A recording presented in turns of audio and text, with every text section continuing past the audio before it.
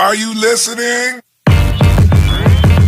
Damn. All right, another episode of Trash Talk. I'm Damian Hill. With me, as always, is TJ O'Connor. Tonight we have CJ Hayes, who's getting ready to fight at the Myth sometime in October. I'm not sure the date. October 19th. October 19th at the Myth in Maplewood. Trash Talk is brought to you again by Valhalla Combat Sports Incorporated, Ink Strings Tattoo in New Brighton, Minnesota, The Fighters, and On Deck Promotions or On Deck Productions. How are you guys doing tonight? I'm doing good. How are you guys doing? I'm doing as well. I'm trying to get to where Damien's at. I'm pretty high, dude. I'm pretty yeah. Really? CJ, always appreciate you taking the time to talk with us, man. Every time you fight, I get excited. I mean, there's not many guys who are just going to stand there and throw gorilla punches at people, and you're one of them. And I like to watch that stuff. So, what's the summer been like? What's training been like for you? And how excited were you to get the call to fight here October 19 at the Myth of all places? I mean, that's one of the best places to fight in Minnesota. Man, that's another one. As I started this fight career as an amateur, before I start trying to go large scale and everything, I have this bucket list of places I've been wanting to fight because they haven't had fights at the Myth in 8 years, and that was definitely one that I used to go to as a kid and watch the fights and stuff, and I would get all excited. I was like, I want to fight there. And then when I was getting older and they started having those fights at the Mystic Showroom, the theater showroom with the stage and everything, I know that's not the greatest venue because it's all on a stage and everything, but I like the feeling of sitting in the crowd and looking down and watching my buddies fight. And I was like, I want to fight there. And also at Canterbury, I watched Muay Thai fights. I was like, I need a fight there.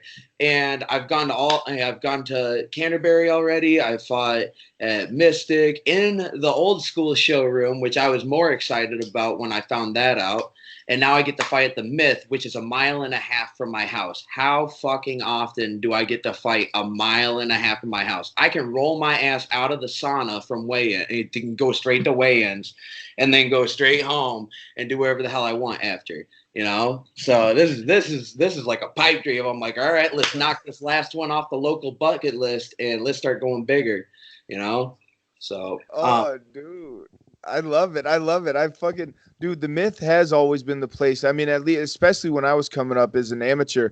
I mean, I think, I had my pro debut there. Also, I won an amateur title and defended it there. Man, that has always been the place in my eyes. And knowing that that's just 1 mile away from your house, dude, and you're about to be fighting there, that's pretty fucking sweet. I can jog there for my warm up if I wanted to. Like, come on, man.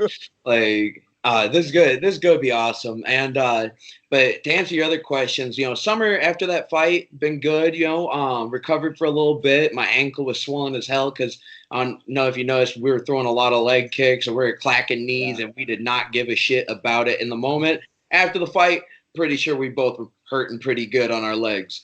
So.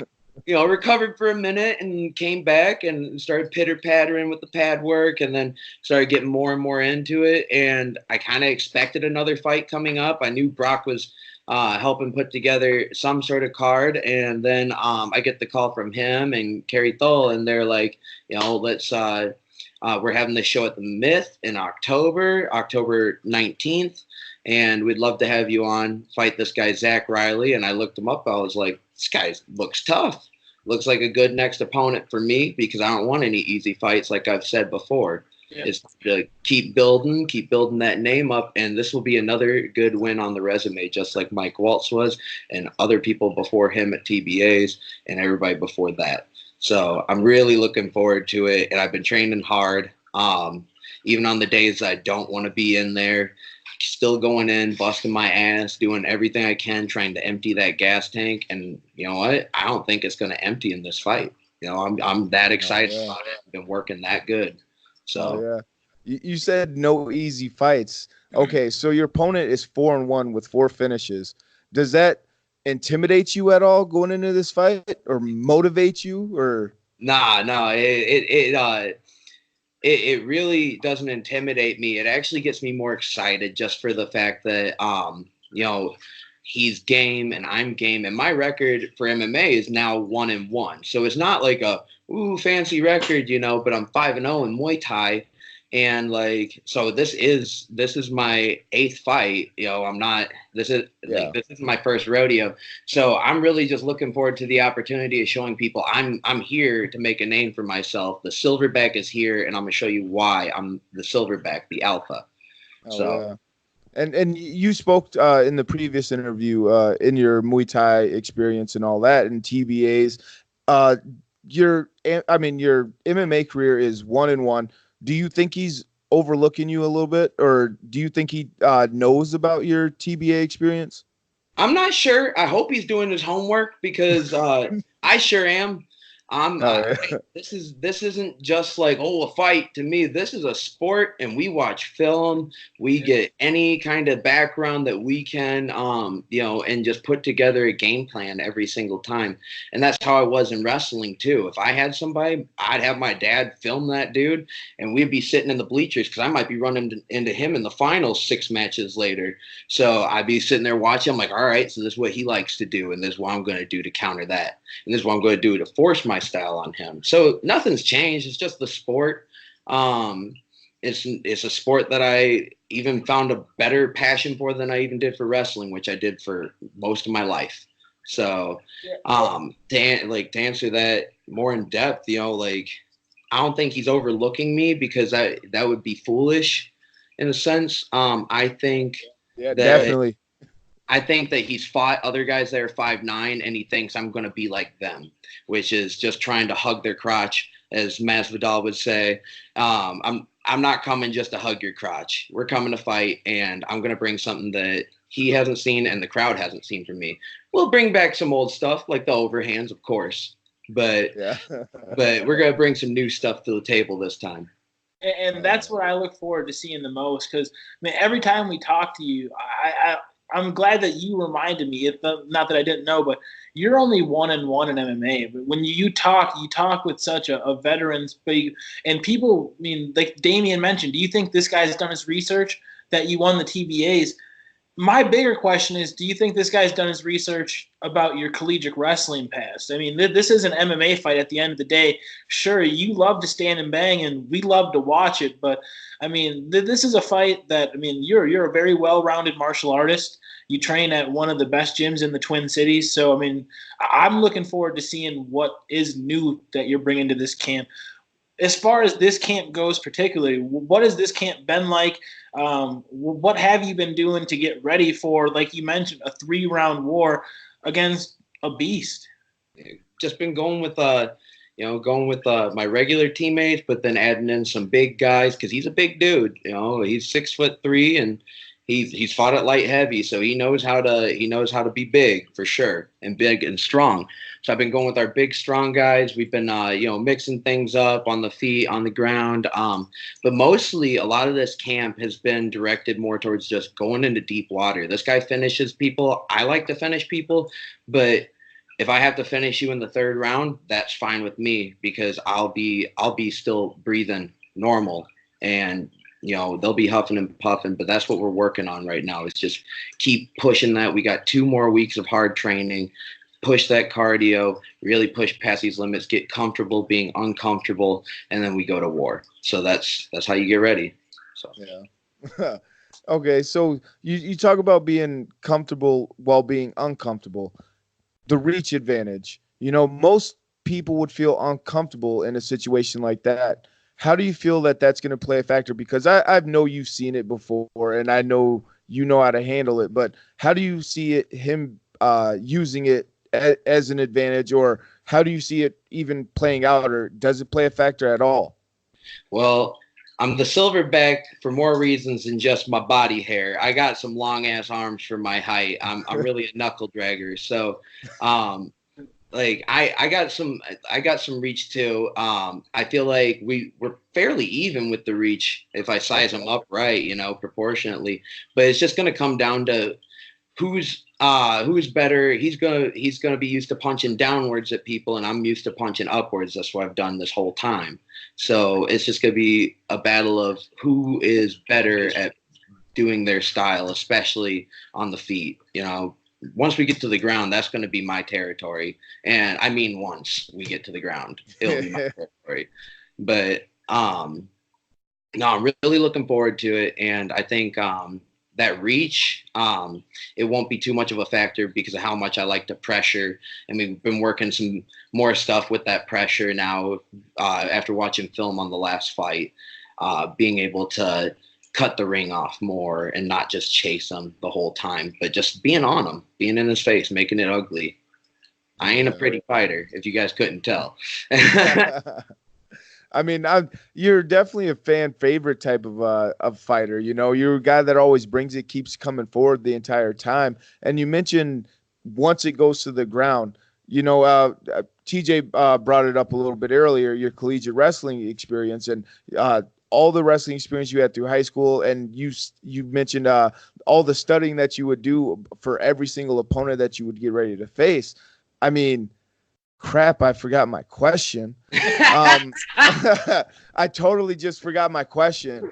But crap, let me try to save that really quick. TJ, you want to help me out? You come back. Yeah, come back to me. Come back to me. No, definitely. And kind of what I was taking from where you might not even be going here, but what I was seeing is, you know, you mentioned how you're at a wrestling tournament, you're focusing, you know, you're looking at 5-6 different guys at once. You get one guy, you get 2 months to look for him. I mean, without giving away a game plan by any type, you know, what do you have to bring to the cage on October 19 to ensure that your hands get raised? Just sheer will, really. That's all we need to bring. It just needs to be, you know, CJ motherfucking Hayes coming in, not Cooper James coming in, Mr. Professional, nice guy. It needs to be CJ fucking Hayes who comes in. Yeah. And whenever CJ Hayes comes in, he's gonna bring everything in the kitchen sink, you know? Like like that. So it just needs to be me that shows up. I remember my question. Once it goes to the ground, are you planning on only getting the one takedown and it just no matter how it finished, submission or TKO or complete knockout while you're on top and you get up and he's still not responsive? Are you saying that you're going to take this dude down and get the finish anytime right when you get it?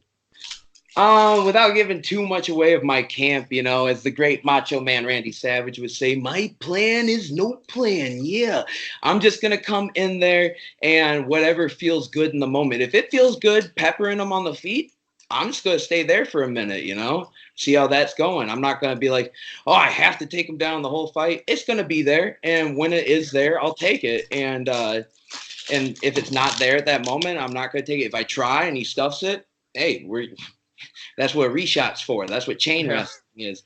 Now I can hit him. I don't just have to hug him like I did in wrestling anymore. That chain wrestling now gets punches too. So that's really like, if I have to take him down 100 times in this fight, I will. But I don't think it's going to take too many for him to gas out because wrestling's a different level of cardio. Yes. You know? It wears on you. You can't even punch after you're done sometimes. So hell yeah, brother. Can I get a hell yeah? Oh yeah. Oh yeah. No, it's not a CJ Hayes interview without a Macho Man Randy Savage reference. Oh, you have to reference the great. Oh yeah. It's the best, man. Just talking to you here, it's been a blast. You mentioned 2 weeks left. Is there anybody that you want to thank as far as teammates, sponsors, anybody outside of the gym who's just been there for you this camp? Man, everybody at the Cellar has always been so supportive of all of my camps, my fights, my goals. You know, Pam Sorensen, who just picked up the Invicta featherweight belt, you know. You know, the other day I was having an off day and I just died out after a couple rounds of sparring, you know. I went too deep too fast and it was one of those days where you just want to smack yourself to wake up. And I was like laying on the mat and she picked me up and was like, no, we're not done. and made me go a few more rounds with her and then put me with somebody else and stuff like that. And like, she just wouldn't let me quit. And that's like all of my teammates at the Cellar. That was the most recent where like it sticks in my head, you know, but like everybody has been picking me up and helping me out and doing like taking extra time out of their day to like help me. Coach Locken, Coach Chris, Mauricio Cara, like these guys, like they love me and I can feel it. And when you have coaches that you can trust and the team that you can trust, you know, like that's everything for a fighter, for a wrestler, for any type of athlete. You're not going to perform your best if you don't trust everybody and everything in all your training. Other than that, my sponsors, Abomination Athletics, Abominable Grip, they always give me my lifting needs and athletic wear, and Saints Coast Barber, best barbers in St. Paul. Well, best barbers in Minnesota, if you ask me. Other than that, my family, all my friends, they've just been very supportive, and also asking me, you know, what do you need? What do you need at weigh-ins and stuff like that. So I'm just really grateful for everybody in my life right now, and I'm at a really good place, the best place to really rise to the top as I really want to. So. Oh yeah, I love that answer. Yeah, that's so great to hear that you have such a solid support team behind you. Not even talking about, you know, the sponsors that are there for you, but just you mentioned the family aspect. Everybody wants to be there for you, and I mean, like I said, I'm excited for this fight. This is a crazy fight. It's at the Myth. It's one of my favorite places to watch fights. It's so dope that I'm getting on a plane. I'm flying back to Minnesota for these fights. I look forward to seeing you fight live, sir, and talking to you after the fight. I'm sure we'll put back a couple of those illicit beverages you mentioned. Oh, absolutely. Yeah. We're going to knock back whiskey and a beer, you know. We got to. But I really do appreciate you guys for having me. Oh, one more thing, because my mom always wants me to say it like, you know, like Tom Brady does after every interview. I love you, Mom. Yeah. Oh, yeah. I love it. I love it. Damn.